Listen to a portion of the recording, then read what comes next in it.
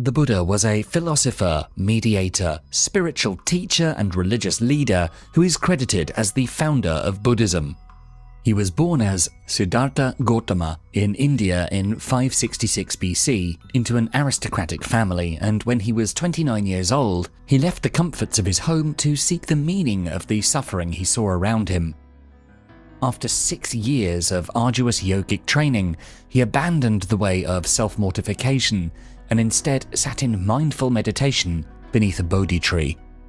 On the full moon of May, with the rising of the morning star, Siddhartha Gautama became the Buddha, the awakened one. The Buddha wandered the plains of northeastern India for 45 years more, teaching the path or Dharma as he had realized in that moment. Around him developed a community of people drawn from every tribe and caste, devoted to practicing his path. Nowadays, he's worshipped by most Buddhist schools as the enlightened one, who has escaped the cycle of birth and rebirth, transcending karma. His main teachings focus on his insight into dukkha, meaning suffering, and into nirvana, which means the end of suffering. He had a huge influence not only in Asia, but all around the world. And so, here are the 10 life lessons we can learn from the Buddha. Number 1. Practice the middle way.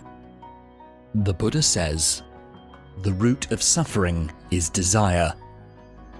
Siddhartha Gautama spent the rest of his life reflecting on the 4 noble truths. 1. There is suffering. 2. The cause of suffering is our desires. 3.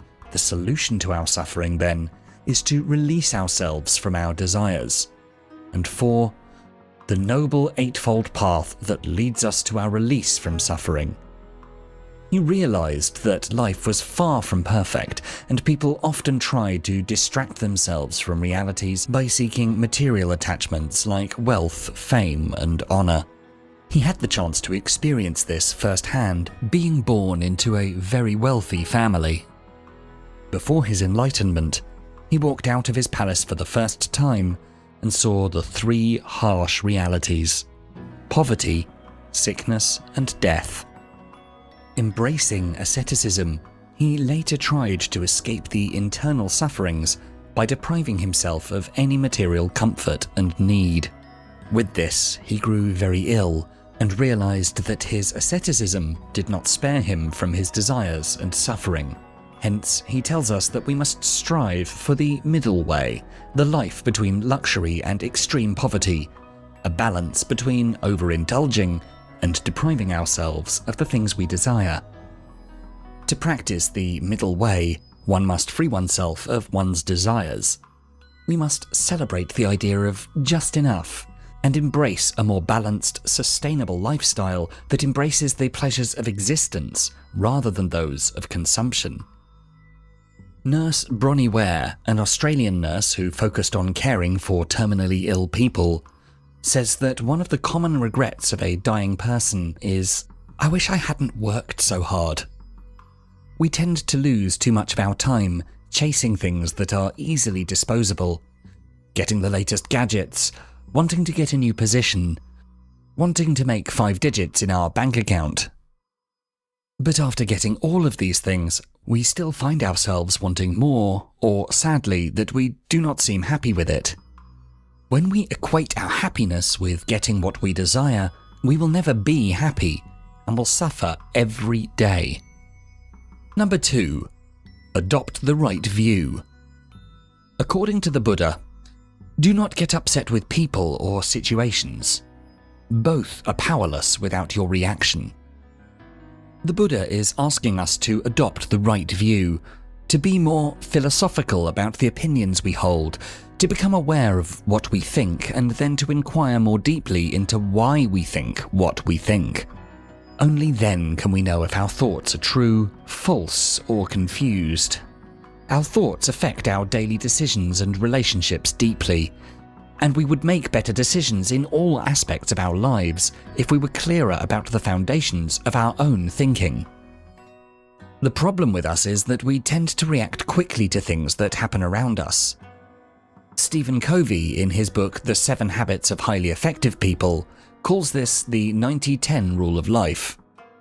Life is 10% what happens to us and 90% how we react to it. Imagine that before going to work you trip on your child's bike in the driveway. Your child runs to help you, apologizing, but instead you yell at him, say bad words enough to be heard by your wife, who storms outside and tells you to watch your mouth. You start an argument with your wife that ends up with you either missing your morning bus or almost getting in an accident for driving too fast on the road. Then, when you arrive at work 15 minutes late, you become unproductive for the day because you're still angry. Your team leader reprimands you, and because of what happened in the morning, you yell back at him. You come home with probationary suspension, a cold treatment from your family, and a sour day. Imagine alternately that when you tripped, you stood up, breathed slowly, then forgave your child and said, "Be careful next time. Remember to keep your bike inside the garage." You won't be starting an unnecessary argument that cannot solve what actually happened. You won't miss the bus or hurry through traffic, and you will take control of your day. We can be happy if we become proactive, not reactive to what's happening to us. We need to have a right view of things, that we can always choose not to be affected by what's happening around us, but to use what we have around us towards our own growth. Number 3. Create good karma. In the words of the Buddha, "It is mental volition, O monks, that I call karma. Having willed, one acts through body, speech, or mind." In Buddhism, karma means only actions of one's own volition, not all actions. As volitions can be relatively good or bad, so the resulting karma will also be good or bad. Good karma will lead to good outcomes, and bad karma to bad outcomes in life. Volition is a more complex concept in Eastern philosophies than in Western ones, which defines will as a faculty independent of emotions and reason. In Eastern philosophies, volition is the most significant factor in determining the karma. It is what determines the ethical quality of the action. It is a mental impulse, an urge pushing us in the direction of a particular experience. Volition is something at the crossroads between emotion and reason. A bad volition is based on a bad attitude or a bad intention, and to avoid having a bad karma, we have to align our actions to positive attitudes and intentions. In other words, we have to work firstly on our attitudes and intentions to be clean in our thoughts and feelings. Our intentions will lead to our actions, and they can have great consequences in our life. We need to work on ourselves in the present in order to build a better future for ourselves. As what we did in the past has echoes in the present, what we do now will have echoes in the future. If we don't study well for an exam, we may fail. If we sleep through our deadlines and delay doing our tasks, we may be late. If we eat too much, we may suffer from sickness in the future. If we indulge in smoking and alcohol, we may struggle to give them up in the years to come. But remember, if we choose to give more effort today, then we are sure to go beyond our past mistakes. If we, for example, choose to study better starting now, we can still achieve our dream job or graduate in the course we love, even if that would take longer than we planned. If we choose to make a schedule, plan how we'll balance our priorities and our workload, then we can still finish and be better in our job. If we choose to start exercising, we can still live more healthily than we are now. Nothing is written in stone. Our past does not define us, and what we do today can shape our present and our future. However, to make the right changes takes effort, and this effort will not have everlasting effects unless it comes from a good attitude and good intentions. Or, in other words, from a deep compassion towards ourselves and others. Number 4. Live every day like it's your last. The Buddha says, "Ardently do today what must be done. Who knows? tomorrow, death comes. Buddhism believes that life is a cycle of birth and rebirth, and our goal should be to liberate ourselves from that cycle of suffering. The problem is, we tend to think that we have all the time in the world. We put all our efforts into a tomorrow that may not come. I'll start exercising tomorrow. I'll finish my work tomorrow. I'll call my mum tomorrow. I'll ask for forgiveness tomorrow. And that is a reality we need to face. If we learn to see that every day can be our last, we will live ardently each day, making peace with everyone, doing what we can do today, and sleep peacefully at night, knowing that we lived our day to the fullest. That is why it's important to start your day right, by practicing mindfulness meditation. For example, when you focus on breathing in and breathing out, you have a direct experience of impermanence. When you meditate on your painful and sad stories, you have a direct experience of suffering. It motivates you to live in the moment. When you're eating, eat. When you're reading, read. When you're doing your job or at school, do your tasks with focus. When you're driving your car, drive your car. When you're with someone, spend that moment with them. This allows you to step away from the past and future and live in the present moment, to be where you are right now. Number 5. Great things are the results of small, good habits. The Buddha teaches us, drop by drop is the water pot filled. Likewise, the fool, gathering it little by little, fills himself with evil. Likewise, the wise man, gathering it little by little, fills himself with good. The Buddhist approach to goodness and evil is very practical. Evil may, for a time, lead us to happiness, but all our bad actions together will eventually ripen and lead us to illness and bad experiences. So while we may suffer from time to time even if we are good, all our good actions will eventually ripen and lead us to true happiness and goodness. According to the European Journal of Social Psychology, it takes 18 to 254 days of constant exercise and practice to develop a new habit. On whatever skill you wish to learn, you can always start today. You can't exercise for one day and immediately assume that you'll be healthier all of a sudden. Starting with small things like switching to healthier alternatives of food, brisk walking, or waking up early in the morning to stretch. In the same way, whatever bad habit you wish to change, you can always start small.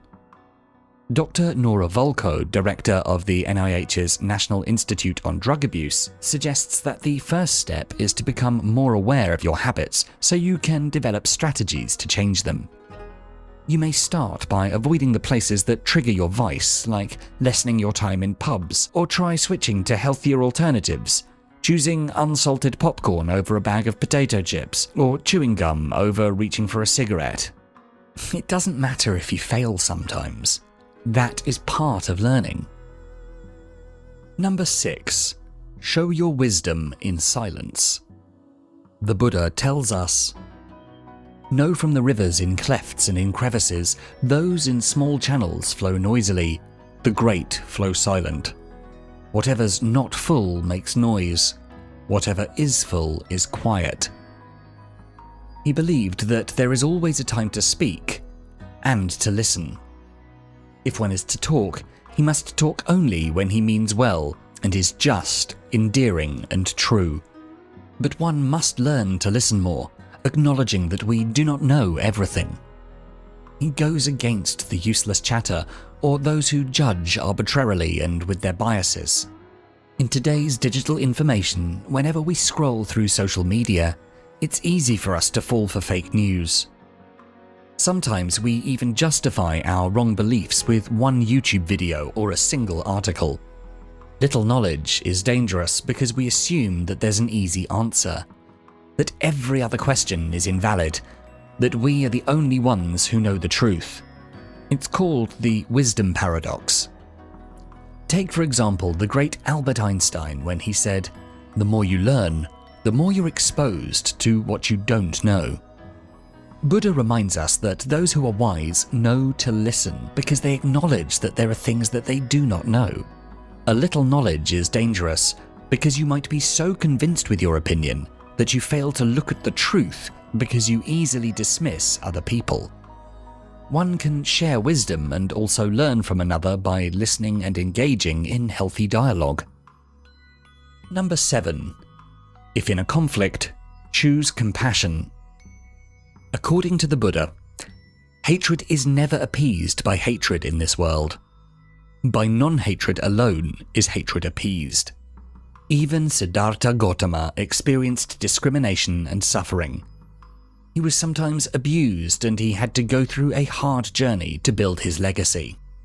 Also, other famous leaders like Martin Luther King Jr. and Mahatma Gandhi, who had both advocated non-violent action that led to societal changes in their corresponding countries, were victims of evil words, discrimination, and disbelief. Buddhism teaches us that the cycle of violence, of hatred, of abuse, and of revenge can never be stopped with hatred. When someone insults you and you insult back, sometimes they come back worse. When someone punches and we punch back, we go home with more bruises and wounds. Non-violence is not just letting yourself be harassed or assaulted. It's a way to protect yourself from even greater evils. Take, for example, when you're bullied by a classmate or a colleague. As long as you don't feel physically threatened, empower yourself first. Remind yourself of your goodness, that their words can never hurt you, and that though you may make mistakes, you can keep trying. Remember, the bully wants you to feel angry and powerless because they're also experiencing something bad in their own life. Some practical solutions include: when a bully is approaching you, count from 1 to 100 to relax yourself, or maybe you can just walk away. Or if he insults you, join in, insult yourself and laugh with him, then walk away. Or you can look at them with compassion and be nice to them. Do something about it. Don't keep it in, and don't hide from it. Maybe asking help from authorities could help, especially if the bullying becomes serious or involves physical assault or abuse. Meditating on your own giftedness lets you see that you're more than what they say. Number 8. Choose friends for quality over quantity. According to the Buddha, admirable friendship, admirable companionship, admirable camaraderie is actually the whole of the holy life. When a monk has admirable people as friends, companions, and comrades, he can be expected to develop and pursue the Noble Eightfold Path. The Buddha reminds us that it is better to seek fellowship with noble men than to associate with evil companions. The Buddha acknowledges that life is not a solitary journey. Along the way, we encounter a lot of people, but not every one of these people are good influences for us. Some bad habits are developed because of negative peer pressure. In our experiences, when we're rich or in prosperity, when we're famous or well-known, people like to be around us. But when we're in need of support, we find fewer friends to go to. We can make the decision to choose the people who can influence us to be better. Good friends are those who lead you to goodness, to virtue, to develop good habits, and not those who let you go astray, who push you to vices. It's better to have few friends who support and care for you truly, and who work with you towards a better life. Number 9. Be generous. In the words of the Buddha, thousands of candles can be lit from a single candle, and the life of the candle will not be shortened. Happiness never decreases by being shared. Buddha has always emphasized how generosity and helping each other can create great change in the world. According to various research, there is a ripple effect of kindness. Just as anger or fear can be passed on to others, so does a simple act of kindness. A simple smile to someone can inspire them to work better. A gesture of compassion can be passed on to another person. When you help someone carry their groceries, they might be inspired to open a door for a stranger. That stranger would be inspired to pass on that act of kindness by giving a lunch to a co-worker or assisting an elderly person across the street. A lot of things can spring forth from that simple act of kindness. Buddha, however, first asks us to take care of ourselves. You cannot give what you do not have. You may really want to help people to the point of exhausting yourself or breaking down your boundaries or not giving yourself time to eat or sleep. And then you get sick or burnt out. Then you wouldn't be able to offer help to anyone else. It is important to take care of yourself, to live healthily, to give yourself time for meditation, to ask for support from other people, because only then can you give the strength and love you have within you. Number 10. You can be a Buddha too. In our final quote for this video, the Buddha says, "You yourself must strive. The Buddhas only point the way." All these life lessons given to us by Buddha are meant to teach us that we can be a Buddha too. We can also be enlightened, but only if we choose to live out these Buddhism teachings daily. The Buddhas that came after him and developed Buddhism can be a source of inspiration and a guide to all of us. Right now, we may feel like life is hopeless. We may find ourselves in debt, unhappy in our job, having fights with our family and friends. We may feel like life is too hard on us already. Buddha reminds us that change starts with us. We should take control of our lives and not leave it up to fate or the heavens. Struggle well and do not give up easily. Each of the Noble Eightfold Path, right view, right resolve, right speech, right action, right livelihood, right effort, right mindfulness, and right concentration, is something we can start cultivating more by the habits we build.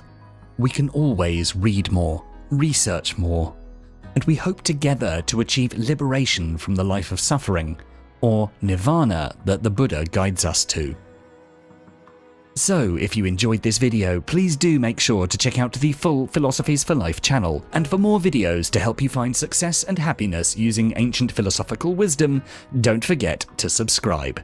Thanks so much for watching.